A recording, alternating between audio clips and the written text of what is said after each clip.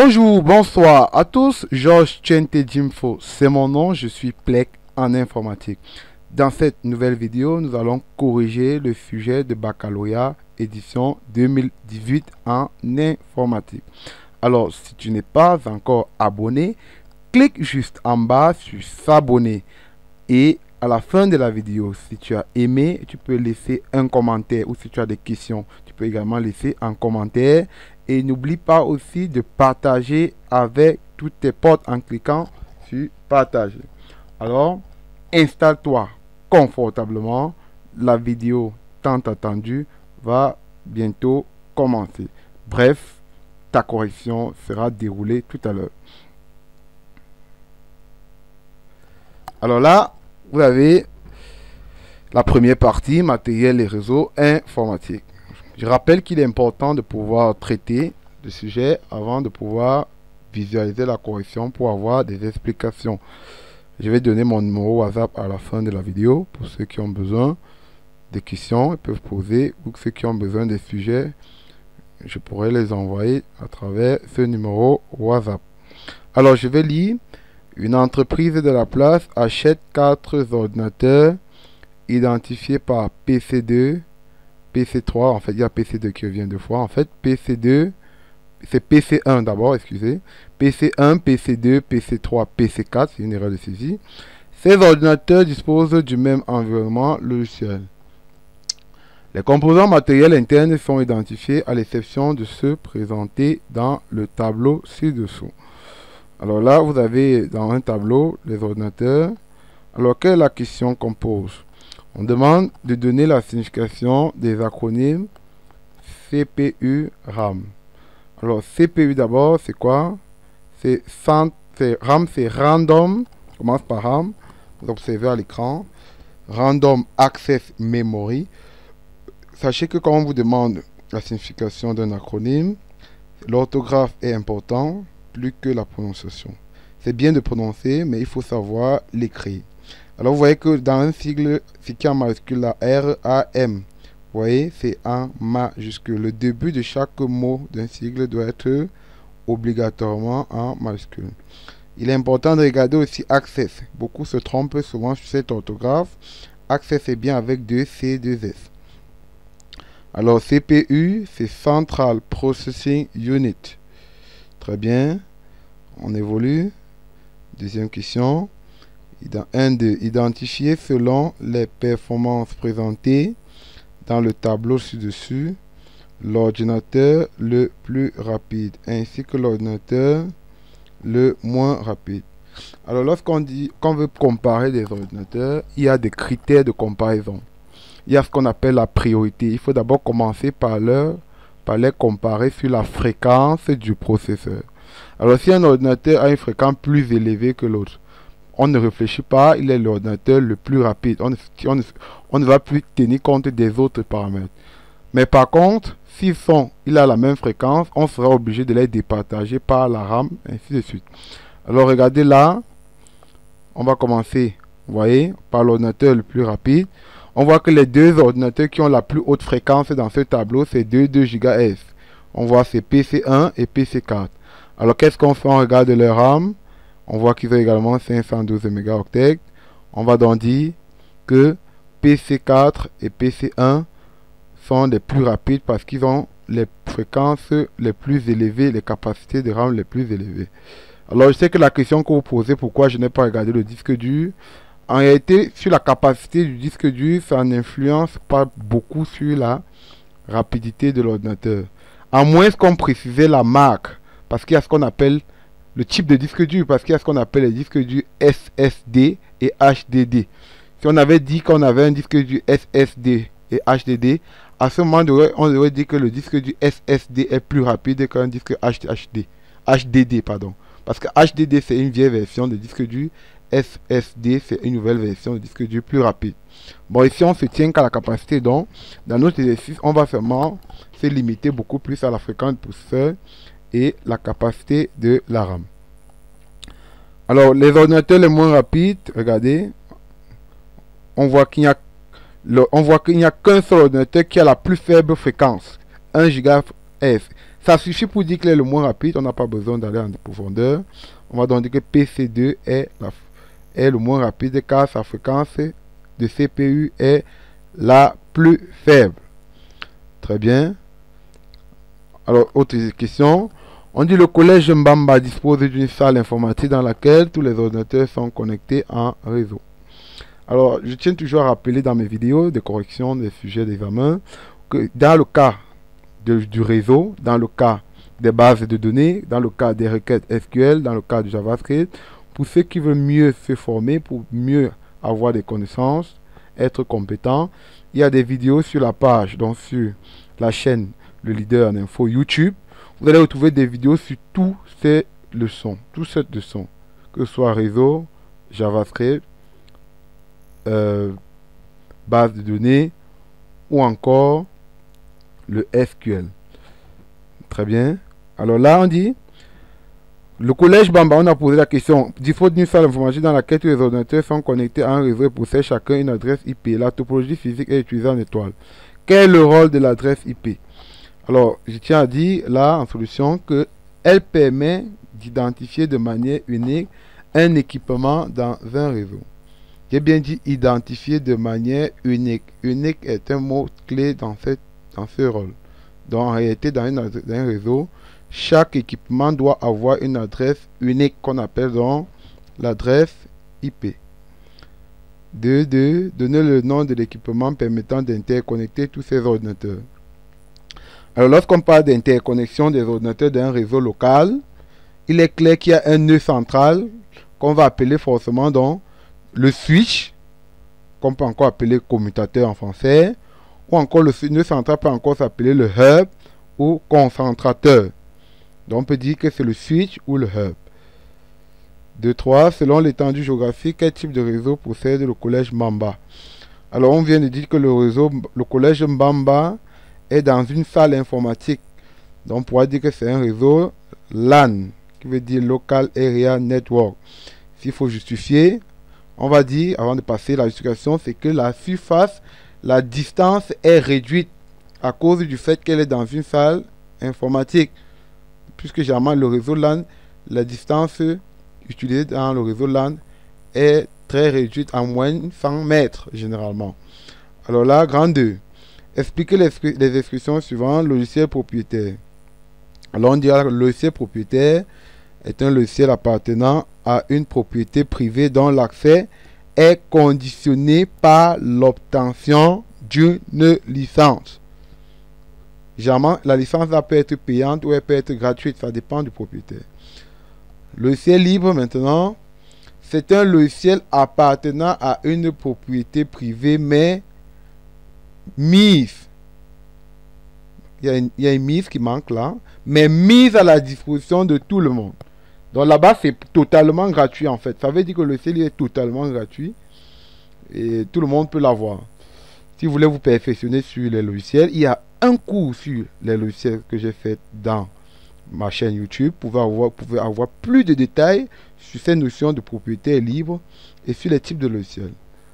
Alors, deuxième question. Donner une méthode d'obtention d'un logiciel propriétaire. Comme dans la définition, on a vu que pour obtenir le logiciel propriétaire, il faut avoir la licence. Donc pour obtenir, il faut avoir une licence. En fait, la licence, c'est une sorte de contrat établi entre le propriétaire du logiciel et l'acheteur. Et comme j'ai dit tout à l'heure, une licence peut être payante ou elle peut être gratuite.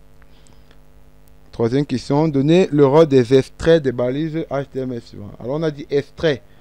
Alors voyons, on a donné parce que par exemple, normalement la balise B qu'on a à l'écran, c'est souvent une balise paire. Mais quand on dit extrait, ça veut dire qu'il faut préciser dans le rôle s'il s'agit d'une balise ouvrante ou une balise fermante. Là on dit que B est une balise ouvrante, vous voyez, permettant de mettre un texte en gras. U, là, en principe U doit avoir la barre, j'ai oublié de mettre en haut.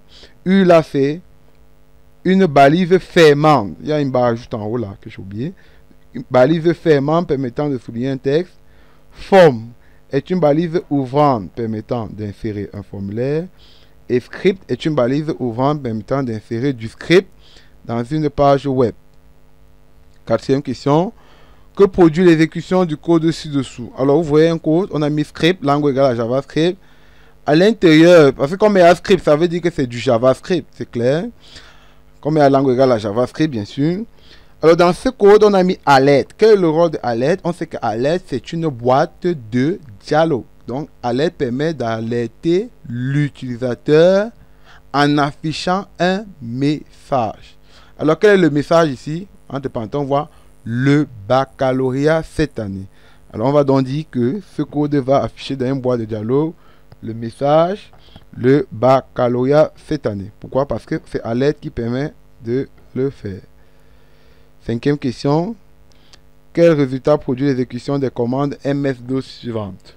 Très bien. Alors, lorsqu'on dit par exemple MD, document, regardez, MD, c'est une commande qui permet de créer un document. Donc, comme on a mis MD, document, MD permet de créer le répertoire document. Donc, MD, c'est la création des répertoires. Maintenant, devant, on a mis document, ça veut dire que c'est le nom du répertoire qu'on a créé. On va donc dire MD, document, permet de créer le répertoire document. Dire, par contre, permet d'afficher ce qui est dans le répertoire. Donc, on va donc dire, permet d'afficher le contenu du répertoire document. Grand 3, traitement de l'information et base de données. Effectuer l'opération suivant en base 2. Alors là également, il y a une vidéo qui parle des opérations en base 2. Il y a une vidéo également qui parle des transcodages, c'est-à-dire convertir un nombre d'une base à une autre.